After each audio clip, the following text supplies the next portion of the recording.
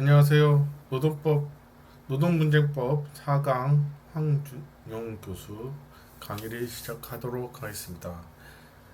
네, 이번 강의는 일가정 양립 지원 균등 대우 원칙과 임금 법정 수단입니다.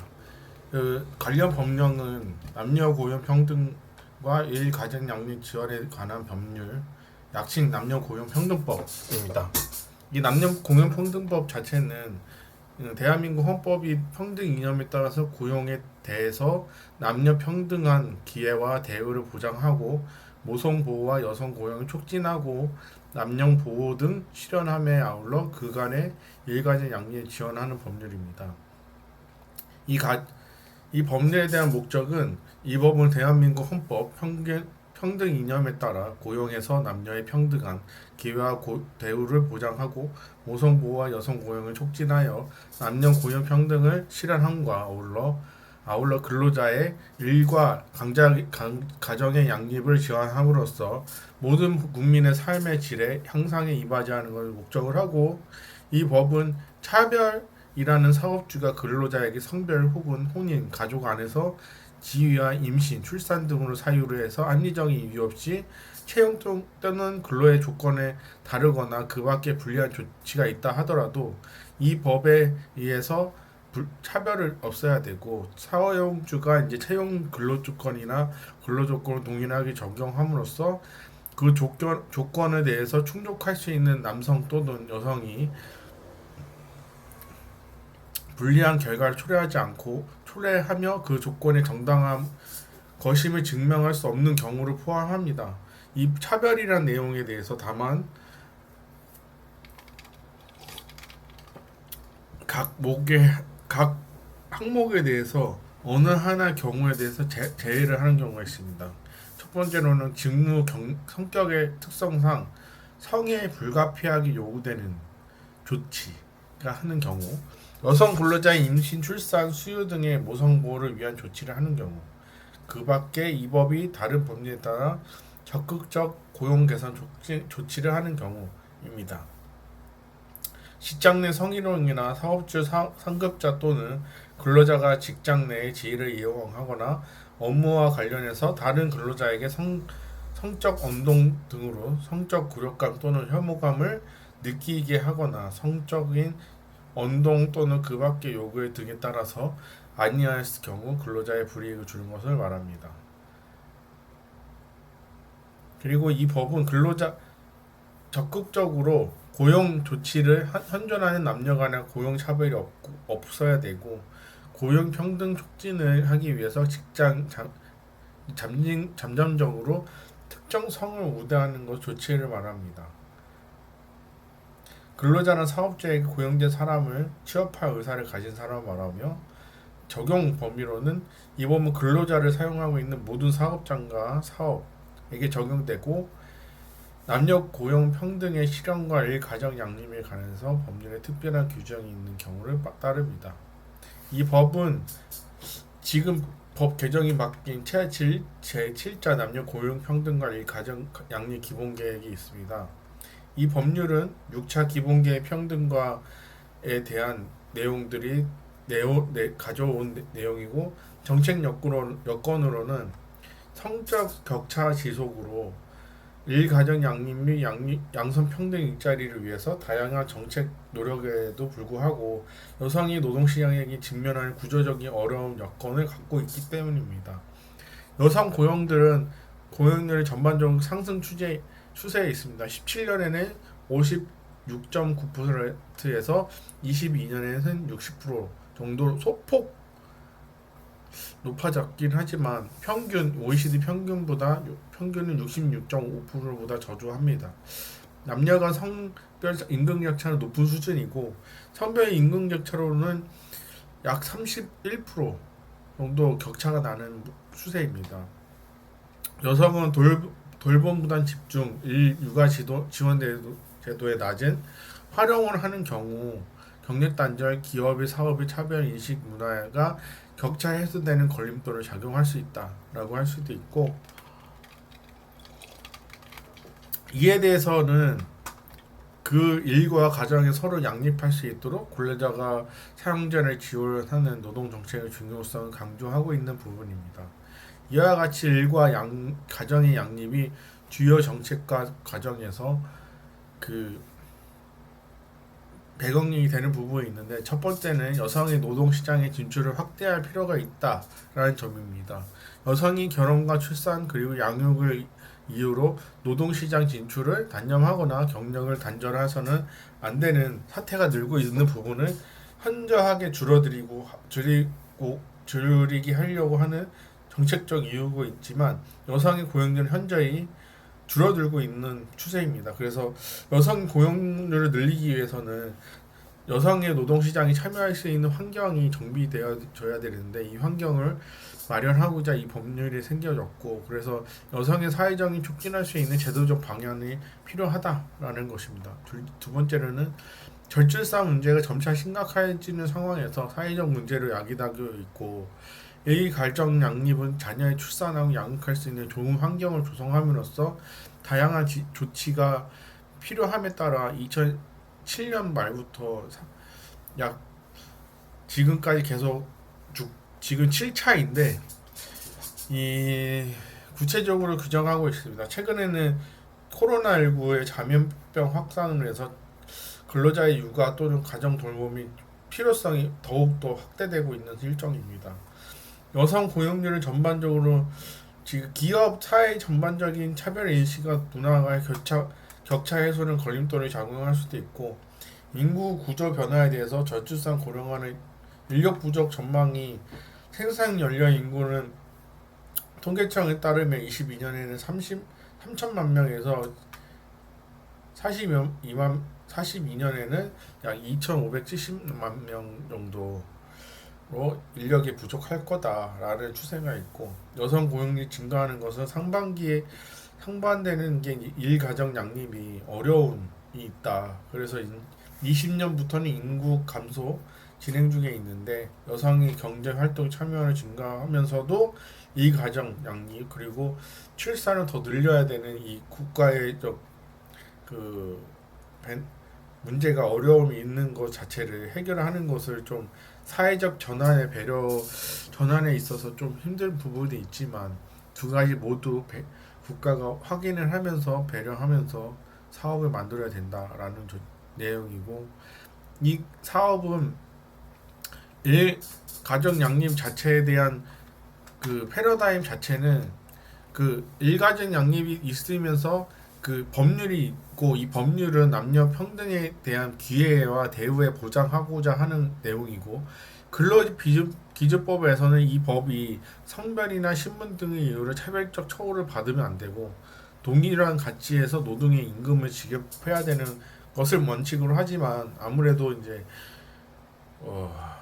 그 일가족 양립에서 출산을 위해서 여성이나 남성이 그 현장에 떠나 있을 때 머물러 있던 사람들의 근로자에 대해서 그 봉급 체계가 좀 바뀔 수도 있고, 신분이 그 처음에는 대리였지만 같은 신분인 그 근로자가 같은 대리였지만 만약에 그 계속 근무를 한다면 가장까지 올라갈 수도 있고, 뭐 이렇게 성과금 받으면서 처우가 약간 변할 수도 있는 이런 애로사항도 있기 때문에 그런 부분까지 법은 다듬은 지지 않았다. 그런 여러 가지 문제점이 있는 것이 있습니다. 첫 번째로는 이 문제점이 있는 거는 산전 고용 가입률이 저조한 부분이 있는데, 이거는 이제 산전 휴가 후에 육아 급여로 인한 고용보험 가입이 근로자만 받을 수 있는데, 그러나 많은 비정규직과 근로자는 특히 여성 시간제 노동자의 경우는 가입률이 낮아서 혜택을 못 받는 경우도 있고, 선풍적 의식이 부재가 있습니다. 일가정 양립 정책 목적은 여성이 집안의 부담을 줄여주고 노동시간에 참여를 돕는 것인데, 여전히 많은 가사노동과 육아의 이 일에 대한 부분이 여성의 몫으로 남아져 있기 때문에 정책적 효과는 제한적이다. 그리고 장시간 근로 문화로 인해서 한국은 여전히, 우리나라는 장시간 근로 일반적이고, 근로자의 건강에 대해서 가정과 생활에 부정적인 영향을 가지고 있고, 일가정 양립이 자체를 좀 힘든 부분이 있다. 그리고 기업에 대한 부정적 인식으로는 기업에서 일간지 양립을 하면서 그 빠져나간 노동 근로자에 대해서 부정적인 시선을 약간 보낼 수도 있고 그 비어져 있는 그 부분을 그 자리를 누군가는 채워야 되기 때문에 이런 부담감을 갖고 있다는 것이 있고 이것들을 해결을 하려면 비정규직 근로자와 시간제 노동자의 가입률을 높이기 위해서 정부와 기업이 협력해야 됩니다. 그러기 위해서는 가입 절차를 간소화하거나 고용보험료의 부담을 줄이고 번복돼 있고 성평등 의식에 대해서 개선이 돼야 되는데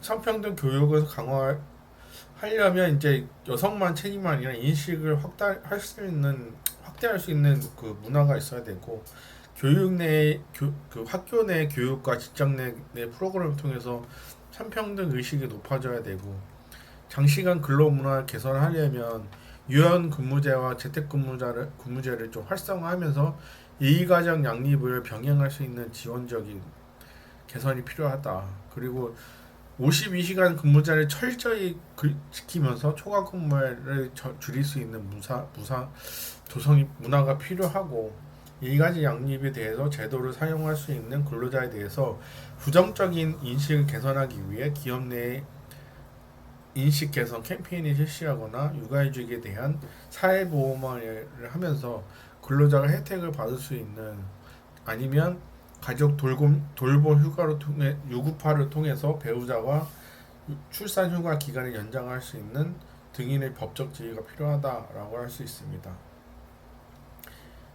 그리고 이것을 위한 판례들은 대부분 이제 고용 가입률의 제고와 성평등 의식 그리고 장기간 근로의 문화 그리고 기업 의식 개선에 대한 판례들이 좀 있고 이것들을 이제 그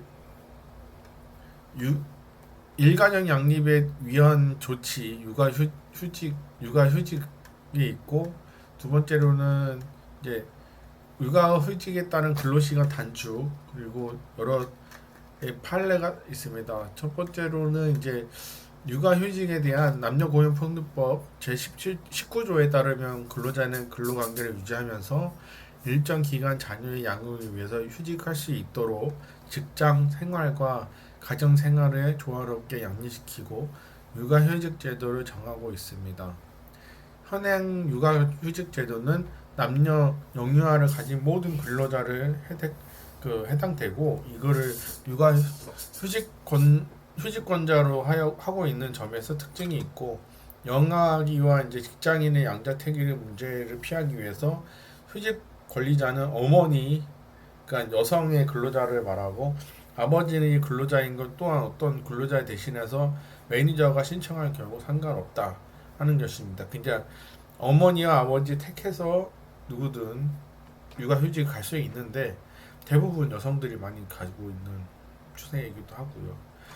그리고 육아휴직 제도는 주요 내용을 살펴보면 첫째는 사업 중인 임신 중인 여성 근로자를 모성보호가 하거나 근로자가 만 8세 이하 초등학교 2학년 이하의 자녀를 양육하기 위해서 휴직을 신청하거나 이를 허용하는 것을 말합니다.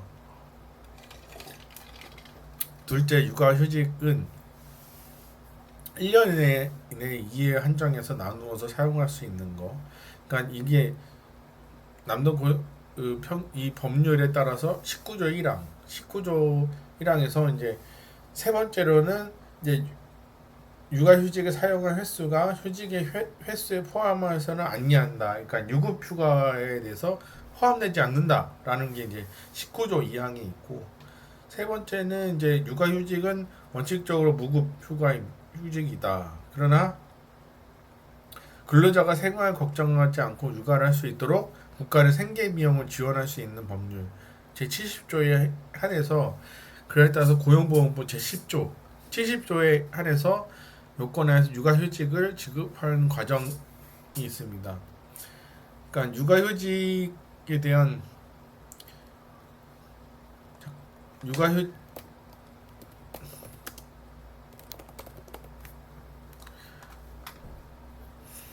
육아휴직 월급에 대해서는 2024년 급여 체계가 좀 바뀌었습니다. 2024년부터는 육아휴직 급여제도를 첫 달에는 월 통상 임금의 80%, 상한액은 150만 원에서 하한액은 70만 원입니다. 나머지 기간 9개월에 대해서는 월 통상 임금의 50%, 약 상한액은 120만 원, 하한은 70만 원. 그리고 6 플러스 6 부모 휴직제가 있는데 첫 6개월 동안은 부모가 동시에 육아휴직을 사용한 경우에는 휴직 급여가 상황에 지급할 수 있는데 예를 들어서 6개월 동안 최대 3,900만 원의 육아휴직 급여를 받을 수 있고 상한액은 약 6개월 동안 월 최대 450만 원까지 지급할 수 있다라는 내용입니다. 사후 지급금은 육아휴직 급여의 75%는 육아휴직 기간 동안 지급하고 나머지 25%는 복직 후에 6개월 후 상근무한 경우 일시적으로 지급한다라는 내용이 있습니다. 이 부분은 24년에 바뀌어지는 육아휴직 제도를 정리를 한 내용인데 이게 이제 한부모 근로자가 약 육아휴직 특례에 대해서 1개월부터 3개월까지 통상임금의 100% 치면은 상한액을 250만 원, 그리고 4개월부터 12개월까지는 약 150만 원 정도 지원하는 체계입니다. 이 부분에 대해서는 나중에 정리해서 다시 올려드리도록 하고요. 그리고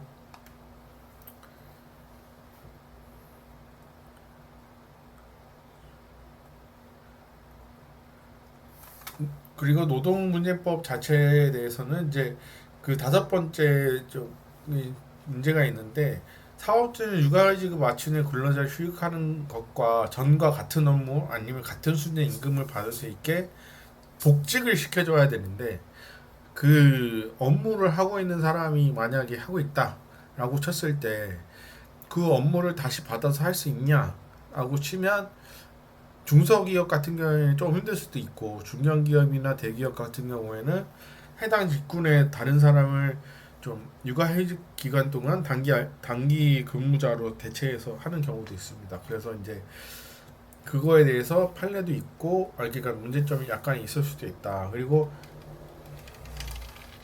6번째는 기간제 근로자 또는 파견 근로자는 육아휴직 기간에는 기간제 및 단시간의 제4조에 따라서 다른 사용기간 또는 근로자 파견법 제6조에 따른 근로자 파견 기간에는 제외된다.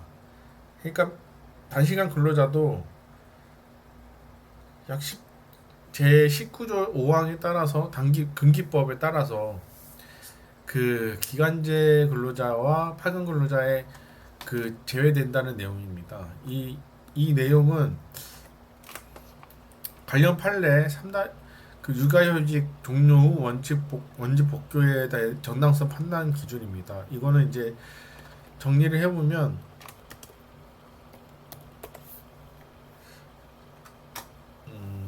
잠시만요.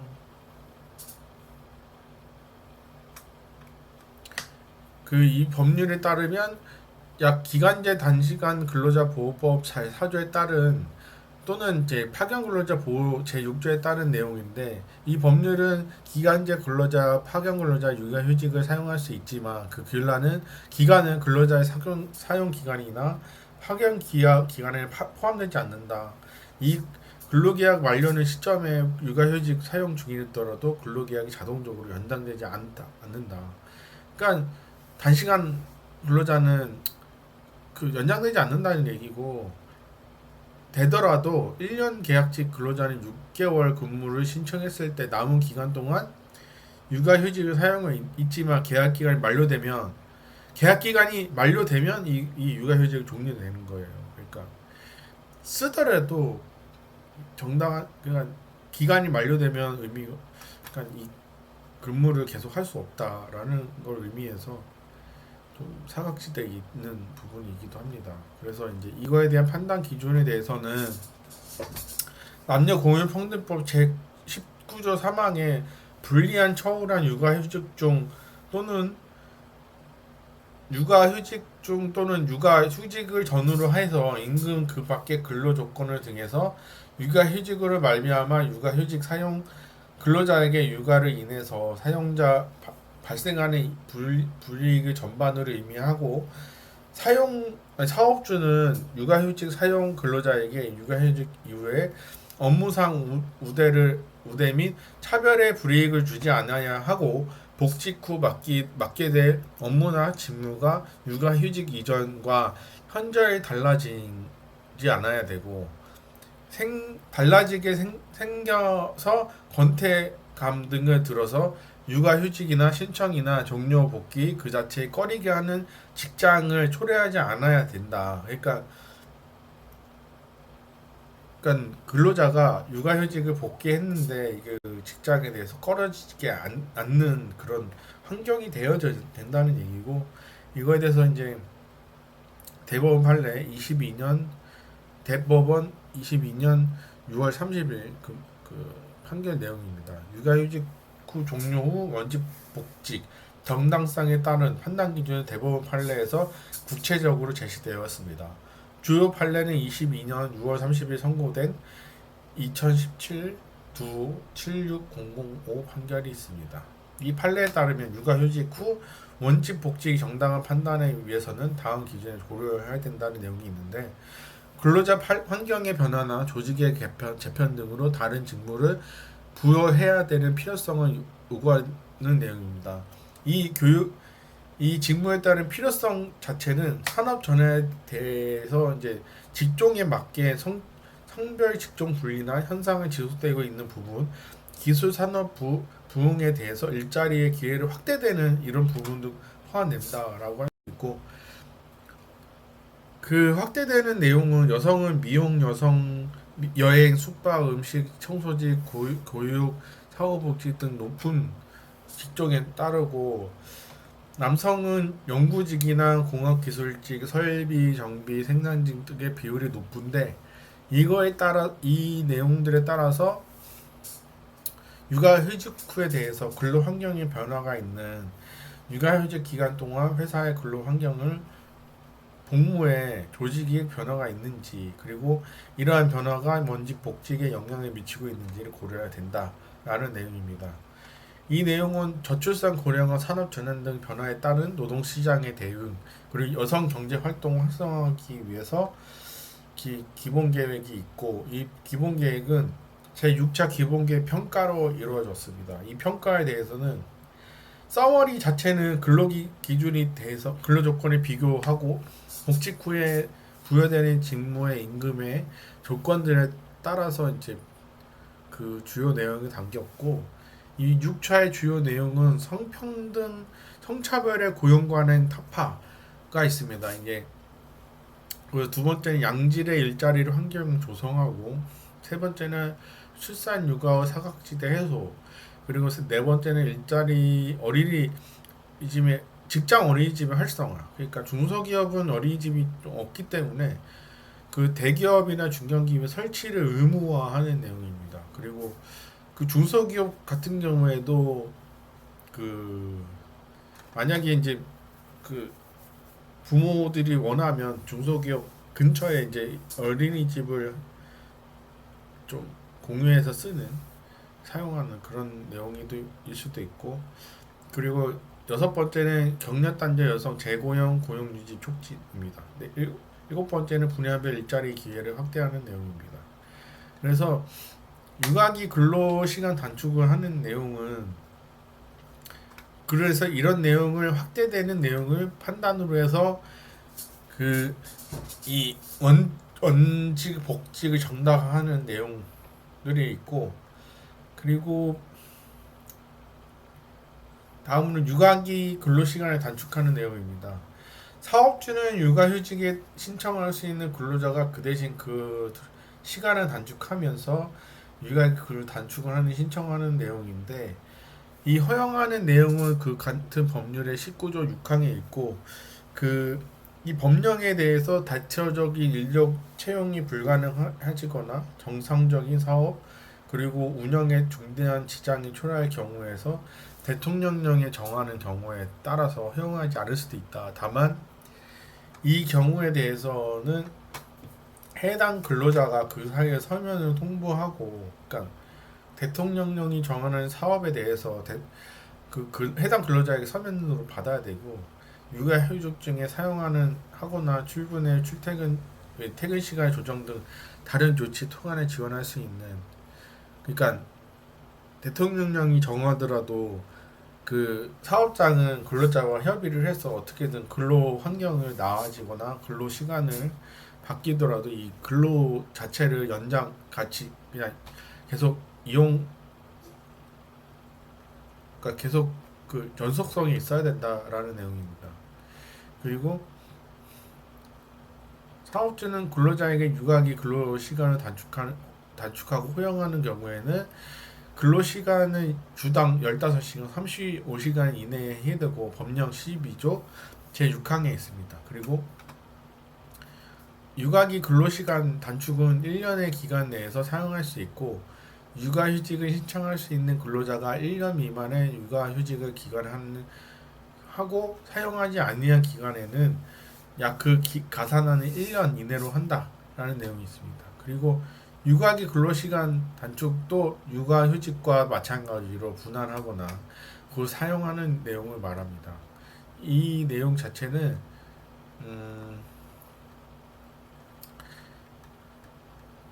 사업주가 진짜 육아기를 근로자를 단축할 수 있는 환경을 마련하고, 근로자에 대해서 단축된 근로시간에 대해서 연장 근로를 요구할 수 없거나 근로자를 명시적으로 청구하는, 필수적으로 생활비를 필요한데 연장 근로를 해야 되는 합리적인 이유가 있을 때 그런 융통성 있는 사업장을 원하는 것이고, 이거는 이제 하지만 그래도 육아기 근로시간 단축하는 내용은 사업주가 육아휴직의 남녀고용평등법에 따라서 신청하고 받아들여야 되는 부분이 있습니다.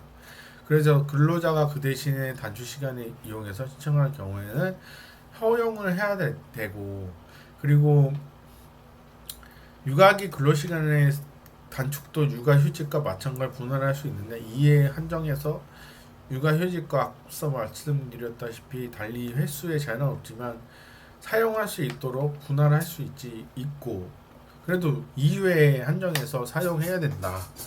너무 부분별하게 사용하면 사업 고용주에서는 좀 무리가 있을 수 있어서 그걸 좀 알아봐야 되는 부분이 있습니다. 그리고 사업주는 정당한 이유 없이 근로시간 단축을 하고, 근로자에 대해서는 근로자에 비례하고 적용된 경우에 육아기 근로자 단축을 해야 된다라는 의미가 이 법령 12조 10항에 있습니다. 그리고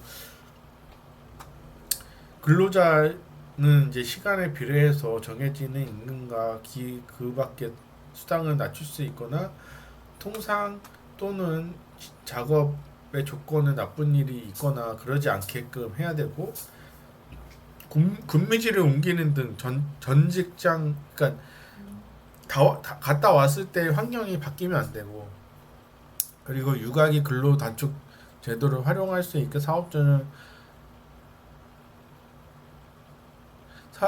이제 그 육아기 근로 시간의 단축 제도를 활용은 사업주가 허용하지 못하도록 하기 위한 것입니다. 그러니까 이게 사업주가 허용하지 않더라도 할 수 있다. 그러니까 법률적으로 잡아놨기 때문에 할 수 있는 환경을 만들었지만, 그래도 중소기업, 작은 기업들은 좀 부담을 느낄 수 있죠. 그리고 이제 육아기나 근로시간 단축 중에 근로 조건은 서면을 정하고, 법령 12조 제11항에 대해서 육아기 근로시간 단축을 한 근로자의 평균 임시 시청할 때는 기간의 평균 임금 산정 기간을 제외한다. 그리고 그 기간의 평균 임금 산정 기간에 포함되는 것을 결과적으로 해당 근로자에게 불이익을 주거나 주게 되면 안 된다라는 내용입니다. 그래서 이런 안 되는 환경과 그 사업장에 대해서 환경적인 기반 조성하기 위해서 이제 국가에서는, 중앙정부에서는 양성평등 일자리 환경 기반 조성을 하기 위해서 고용평등 근로감독관을 약 47개 지방관에 배치를 했어요. 그러니까 배치를 했다는 얘기는 상시 근로자 5인 미만의 사업장이 적용이 제외되지만 임금의 제8조, 금품의 9조, 교육 배치의 10조, 교육 배치 승진에 대한 10조, 정년퇴직 해고에 대한 11조 1항에 삭제된 부분이 있는데 이것에 대해서 이 환경적인 기반을 조성하기 위해서 남녀고용평등법 사업장에 하고자 고용 평등 근로감독관을 배치했다. 그리고 일을 하면서 고용상 성차별 등 불이익을 받는 근로자에게 노동위원회를 통해서 직접 구제를 신청하는 시정 제도를 신설한다라는 내용입니다. 일생활 균형 문화를 확산하고 근로시간 사유를 임신 육아를 해서 학업 가족 돌보기까지 확대하고 컨설팅 장려금을 통해서 유연공지를 확산하는 내용입니다.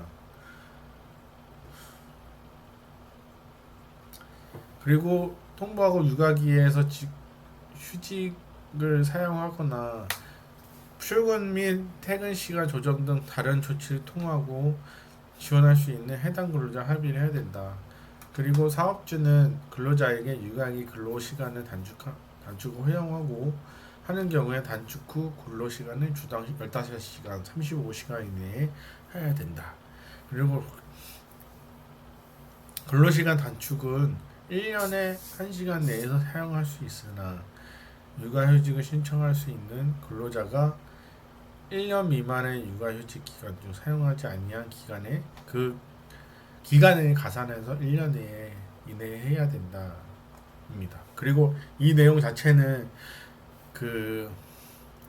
육아기가 단축됐을 때 불안정한 심리적 압박을 좀 해소하고자 하는 내용이고, 근로 시간에 대해서 비례하거나 임금이 급박해 수당을 낮출 수 있지만 통상 일정이나 근무는 나빠지거나 하거나 근무지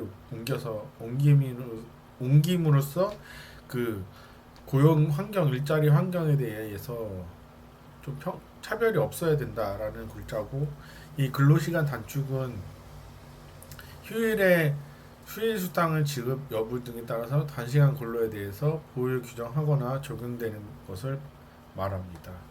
그리고 육아기 근로시간의 단축 중에서는 근로조건을 서면으로 정하거나 그리고 법령 제12조 제11항에서 말을 하고 정의하고 있어요. 그리고 육아기 근로시간 단축은 한 근로자의 평균 임금을 신청할 때에는 그 근로자에게 어긋날 수 있기 때문에 이 취지에 어긋나지 않게 잘 사용해야 된다라는 취지입니다.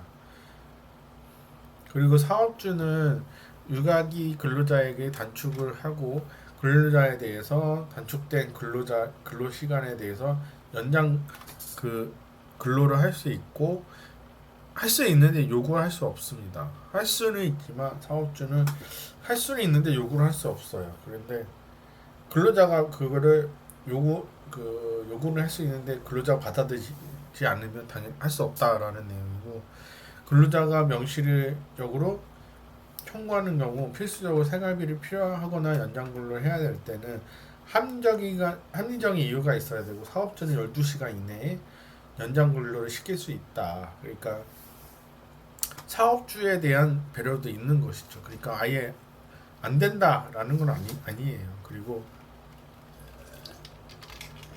육아휴직의 경우에는 마찬가지로 사업주는 육아휴직에도 단축 근로를 이유로 해당 근로자에게 해고나 그 밖에 불리한 처우를 해서는 안 됩니다. 그리고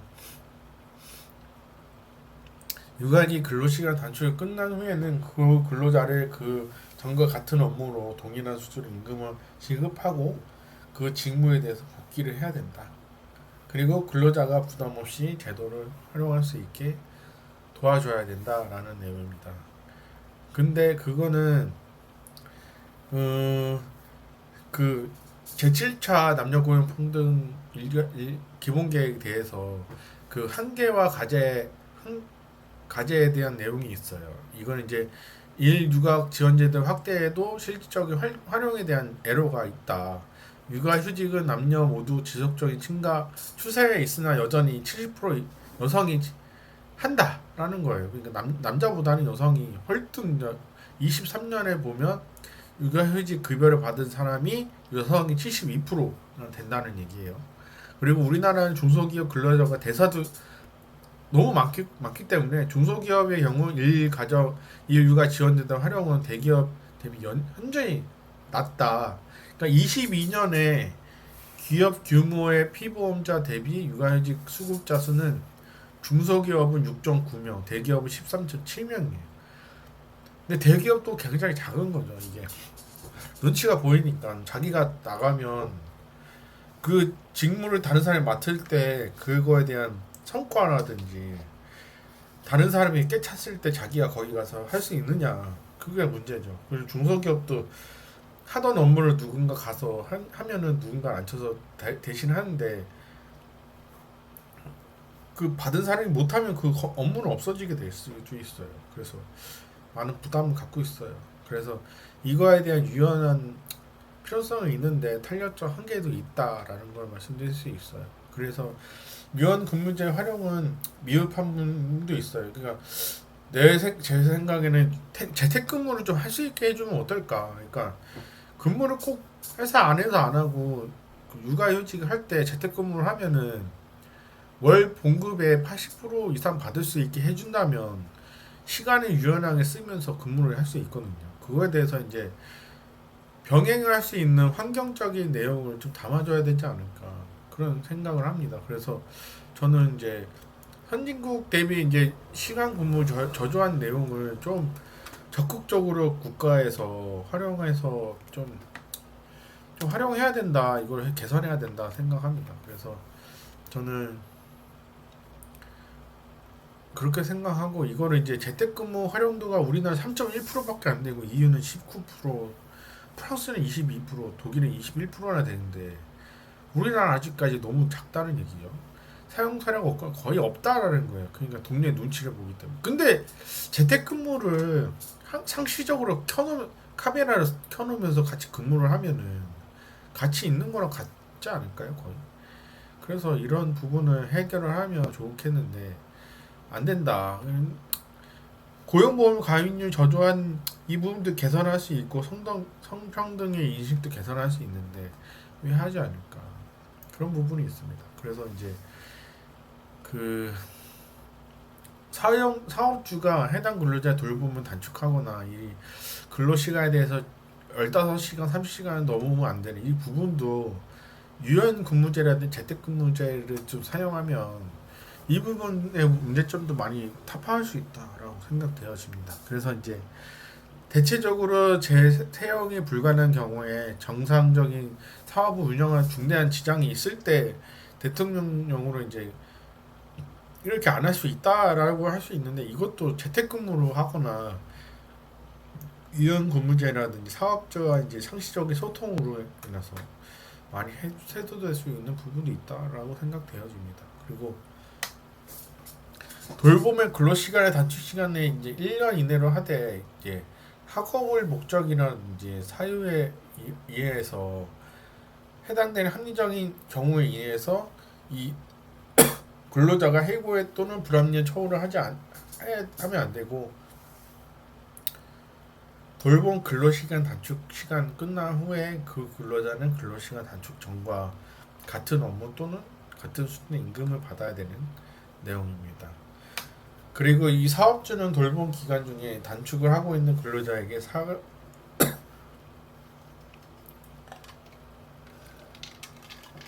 근로시간에 비례해서 적용하고 경우에 대해서 돌봄 근로시간에 단축하고 이러한 이유에 대해서 근로시간에 대해서 그 동의 없이 돌봄 시간에 단축하면 안 된다. 그리고 이 법률은 가뜩 22조 3항에 있고 서면으로 정리해서 알려줘야 된다라는 내용입니다. 그리고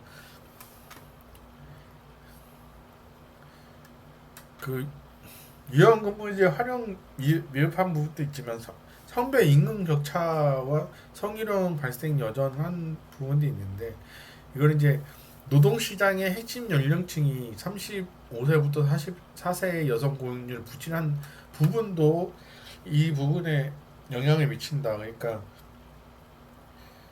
여성이 출산하고 고용 그러니까 나올 시기가 35세, 44세입니다. 그러니까 우리나라 평균 여성 인구가 빠르면 대학교에서 졸업해가지고 결혼해서 여성이 출산해서 나올 수 있는 만약에 이제 여성이 24살에 대학을 졸업해서 25살에 결혼을 하고 26살에 임신을 해서 27살에 출산을 하면 거의 그러니까 그 유자녀가 이제 다 키워지게 될 때 여성들이 나올 수 있는 연령대가 35세, 44세예요.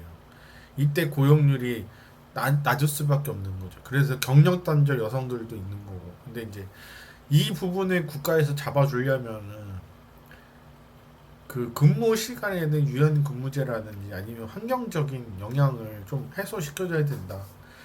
그런 내용이 필요합니다. 그래서 이제 이르기 위해서는 그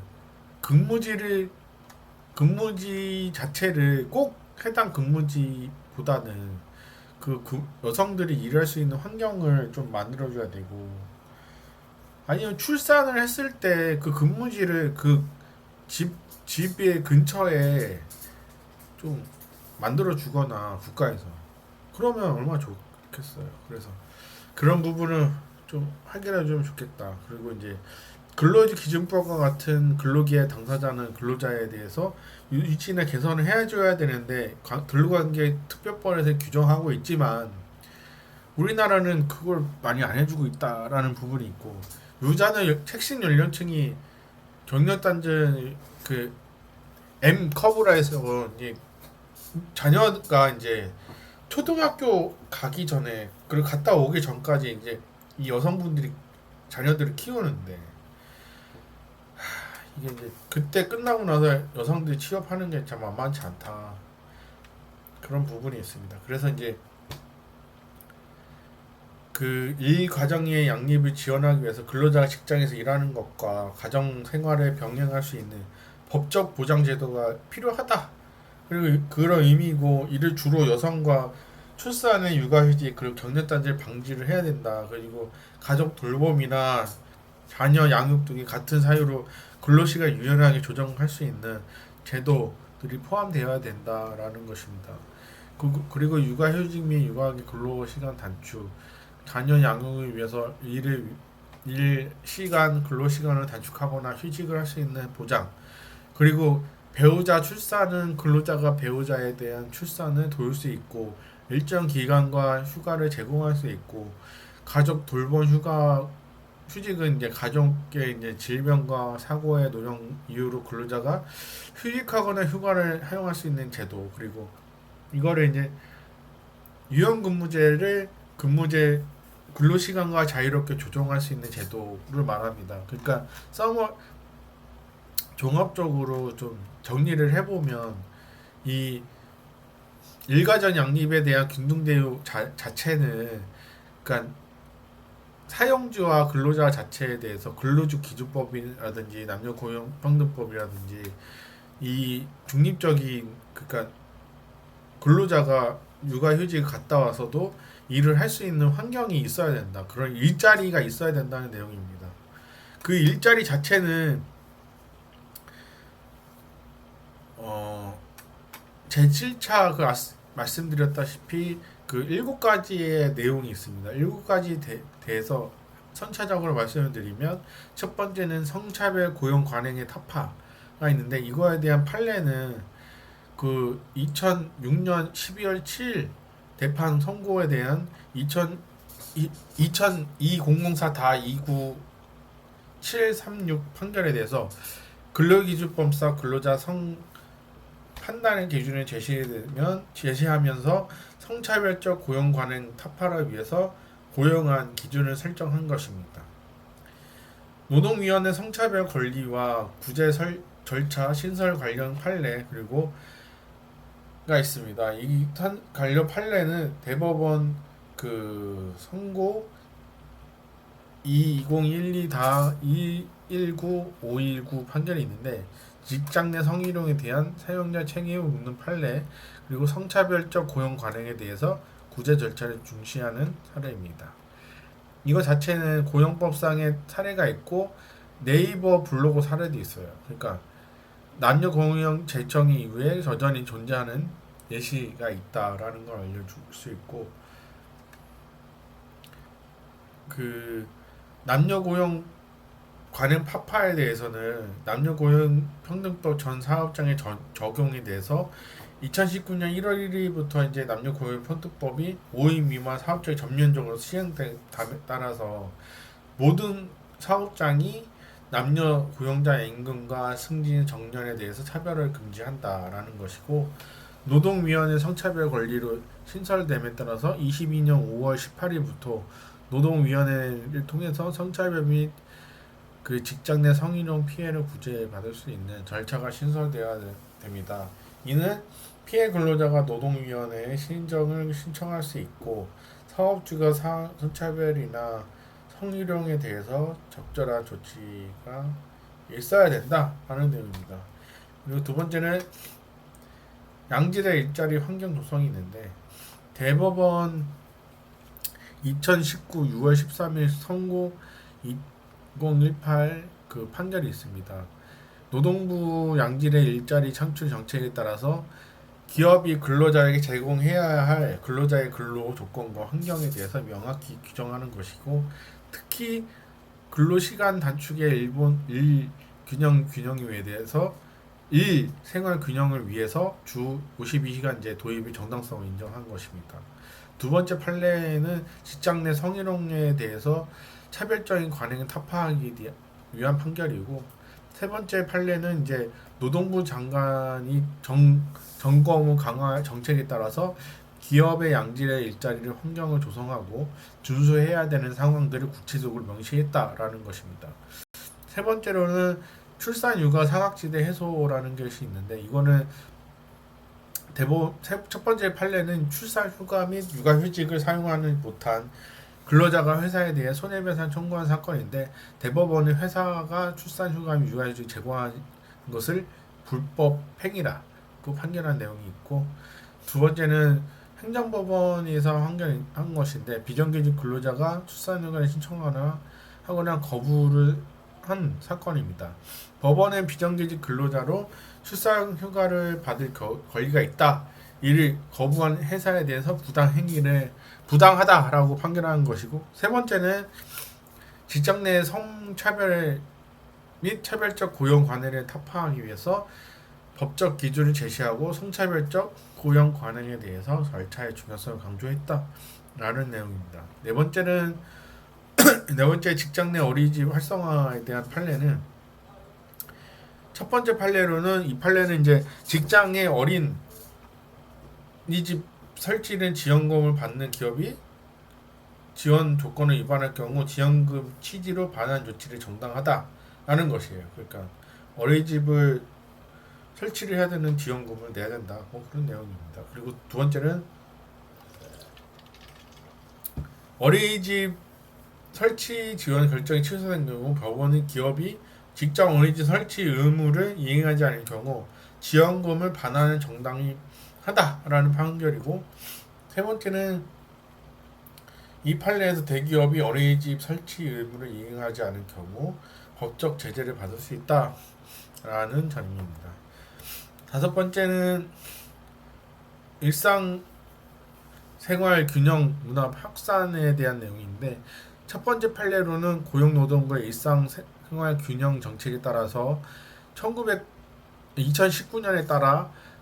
2019년에 이 법률 정책에 따라서 기업이 근로자에게 제공해야 될 최소한의 근로 조건과 환경에 대해서 명확한 규정을 말하는 것이고, 특히 이혼 근무제 도입에 따라서 그 가족 친화 인증제를 중요하다라는 내용입니다. 두 번째 판례로는 가족 친화 인증을 받는 기업이 인증 조건을 위반한 경우 인증 취소 및 제재 조치를 정당하다라는 판결이 있고, 세 번째로는 직장 내 성차별 및 차별적 고용 관행을 타파하기 위해 법적 기준을 제시하고 가족 친화적인 직장 문화를 조성하기 위해서 그 법적인 기준을 마련한 정확한 기준입니다. 그리고 여섯 번째 이제 경력 단절 여성의 재고용 고용 유지 촉진은 첫 번째 판례는 경력 단절 여성에 대한 취업 재취업을 지원하기 위해서 정책을 정당화하는 판결입니다.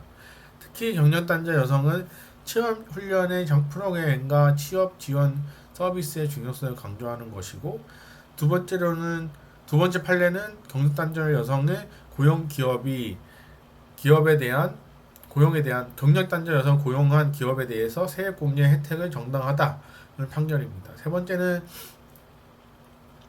경력 단절 여성의 고용 유지를 위해서 기업이 제공해야 될 최소한의 근로조건을 환경에 명확히 규정한 내용입니다.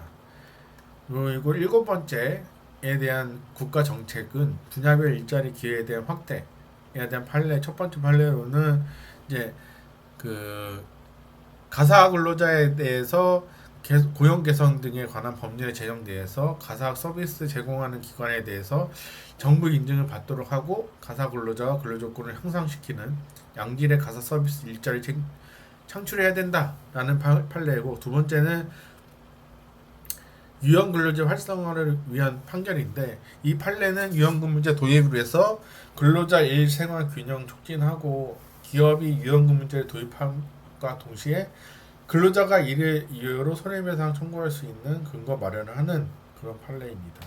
이 모든 것을 정리를 해보면 일가정 양립의 양립 지원의 균등된 원칙에 대한 정리는, 균등된 원칙은 그들 근로자에 대해서 성별이나 연령이나 신체적 조건, 종교, 사회적 신분에 대해서 관계없이 동일한 노동을 제공해야 되는, 대우를 받아야 되는 법적인 원칙이고, 이거에 대해서 남녀 고용 평등법 자체는 고용 환경을 조성하고 특히 차별 없는 남녀 임금에 대해 격차가 없고 제도적 장치가 필요하다는 내용입니다. 이는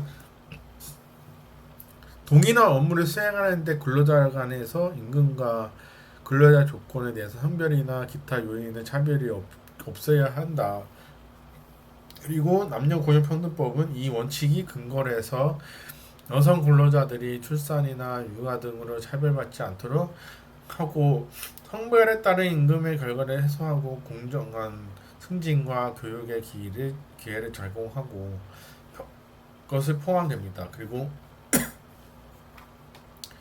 임금과 법정의 수당 개념은 그 남성 육아 참여를 통한 부모 맞춤형 문화 확산과 소득 걱정 없이 눈치 보지 않고 아이를 키울 수 있는 여건을 조성하고, 빈틈없이 촘촘한 제도적인 마련으로 이제 엄마 아빠가 함께 아이를 키울 수 있는 제도적인 마련을 하는 것인데, 이게 이제 임금과 법정 수당의 개념을 같이 하면서 근로계약이 명시되고, 그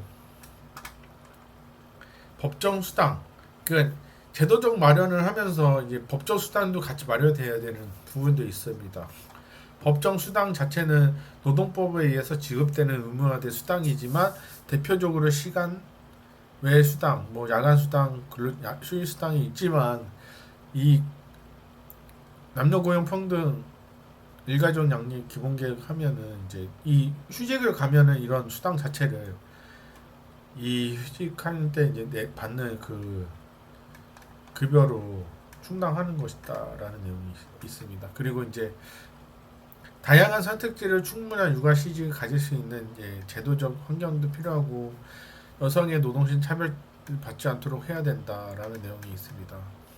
그리고 이제 일가족 양립에 대해서 균등한 원칙은 우리나라와 모든 국가들이, 아니 우리나라에 중점적으로 해결해야 되는 부분도 있고, 그리고 이 가정의 균등된 원칙과 임금 법정 수당의 몇 가지 문제점이 아까 말씀드렸다시피 있어요. 네 가지가 있는데, 첫 번째가 이제 고용보험 가입률 저조한 부분은 이제 산전 휴가 후에 육아휴직 급여는 고용보험에 가입한 근로자만 받을 수 있기 때문에, 그 비정규직 근로자나 특히 여성 기간제 근로자는 가입률이 낮아서 혜택을 받을 수 없다라는 부분이 있고, 성평등 의제 부재는 일가족 양립의 정책 목표는 여성 집안이 부담을 줄여주고 노동시간을 시장에 참여할 수 돕는 것인데, 그러나 여전히 많은 가사 노동과 육아가 여성의 몫으로 남아있는 제도적 한계가 있다. 그리고 세 번째로는 장시간 근로 문화로 인해서 여전히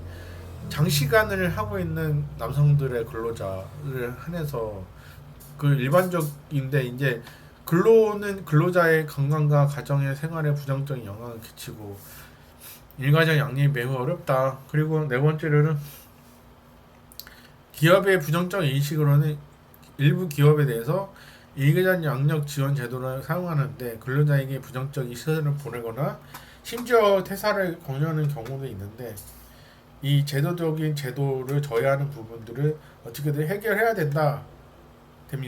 해야 되고, 이거는 이제 근데 정책 자체가 남성보다는 여성에게 대상이 집중적으로 되다 보니까 아이를 낳은 여성에 대해서 건강보호부터 출산 육아 그리고 직장에 복귀 후에 근로에 어떻게 해야 되는 정책이어야 되는지, 그리고 남성이 젠더 평등이 있는데 이 정책 포함되기 시작하면서 고용노동부는 모성보호의 일가정 양립 지원 정책을 포괄적으로 다루고 있고, 모성보호 제도로서 출산 전후의 휴가로 출산 휴가에 대해서 배우자 출산 휴가, 임신기 근로시간 단축, 난임 치료 휴가 등이 있습니다. 이거에 대해서 일가정 양립에 대해 돌보고 근로자 단축하고 있는 부분이 있다라는 부분을 말씀드릴 수 있고, 이 고용보호법의 근거로 두고 있는 부분이 이 가정 양립의 현황. 첫 번째로 보면은 그 모성보호 육아 지원 정책, 근로자가 육아로 인해서 퇴직을 하거나 방지하고 직장과 가정에 조화롭게 양립할 수 있도록 지원하는 제도. 아까 말씀드렸다시피 크게 출산 전후 휴가와 육아휴직, 육아기 근로시간 단축 제도가 해당한다. 그래서 모성보호의 육아 지원을 모두 고용보험 피보험자 단위 기간에 180일 이상의 근로자가 사용할 수 있다. 두 번째는 어린이집은 사업장 근로자를 위해서 설치하는 법률이 있습니다. 그러니까 여성 근로자 300명 이상이나 상시 근로자 50명이 있을 때 사업장에서는 어린이집을 설치해야 된다라는 의미고, 정부는 의무 사업장에 대해서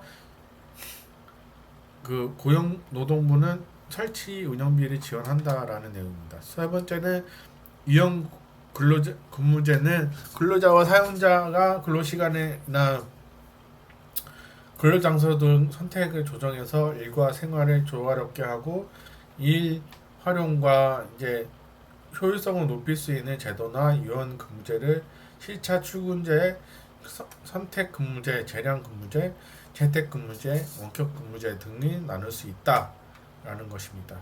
그러니까 일가정 양립에 대해서 이 세 가지를 나눌 수 있다라는 것입니다. 앞서 말했다시피 이제 이 정책에 대한 문제점 자체는 이제 무상 교육 및 출산 경력 보육 시설을 확충 등이 있는데, 하지만 청년층 혼인과 출산이 줄어들고 있고 인구가 줄어듦에 따라서 이 인식이 문제점이 있다라는 것이 있습니다. 그러니까 인식 변화가 매우 중요한데, 무상교육 및 출산 보육시 확충 등의 유배우자와 출산이 증가하고 있는데, 하지만 더불어 장시간 근로 등 일가정 양립 장애 요인 등 출산과 출산 기피를 촉진시키고 합계 출산은 오히려 지속적으로 감소할 수 있다. 이것은 일가족 양립 지원을 활용하고 반영할 수 있다. 이런 문제를 살펴보면 이제 가장 큰 기후, 아까 말씀드렸다시피 이제 22년 통계로 보면 남녀 3의 자유를 따져보면은 이제 여성 임금 노동자는 10명 중 5명은 비정규직을 근무하고 있고, 통계청의 경제활동연구조사에 따르면 20세부터 45세 비정규직 여성의 고용률 가입률은 56.3%입니다. 그래서 이제 특히 비정규직 중에서는 여성 시간제 고용자의 고용보험 가입률은 25.6%로 불과해서 여성의 절반이 비정규직으로 일하고 있는데 고용보험료 가입률이 낮은 산전 휴가에 따른 육아휴직 급여는 못 받는 여성들이 굉장히 많다라고 말씀드릴 수 있고 또 하나는 커다란 문제 성평등 의식 부재가 있기 때문에 여성이 집안에서 부담을 갖고 있고 정책의 목표가 무색할 수 있습니다. 그래서 19년 생활기간 조사 결과에 따르면 여성의 평등 가사노동 기간은 3시간 10분 반면에 네, 남성은 48분에 불과합니다. 그래서 직장 내 분위기 때문에 일가정 양립의 지원 제도를 못 받는 부분도 있고 제도에 대한 인식을 못하는 부분도 있습니다. 그래서 사업주는 근로자의 일가정 양립 제도를 사용하는데 인식이 개선이 필요하다. 그래서 기업의 사용자가 관리자는 부정적인 인식이 강화돼 심지어 이제 사용 신청 근로자에게 퇴사까지 권유하는 부분도 있기 때문에 이런 부분을 해결을 해야 된다라는 부분이 있습니다. 네, 1차 그러니까 오전 그러니까 휴식하도록 하겠습니다.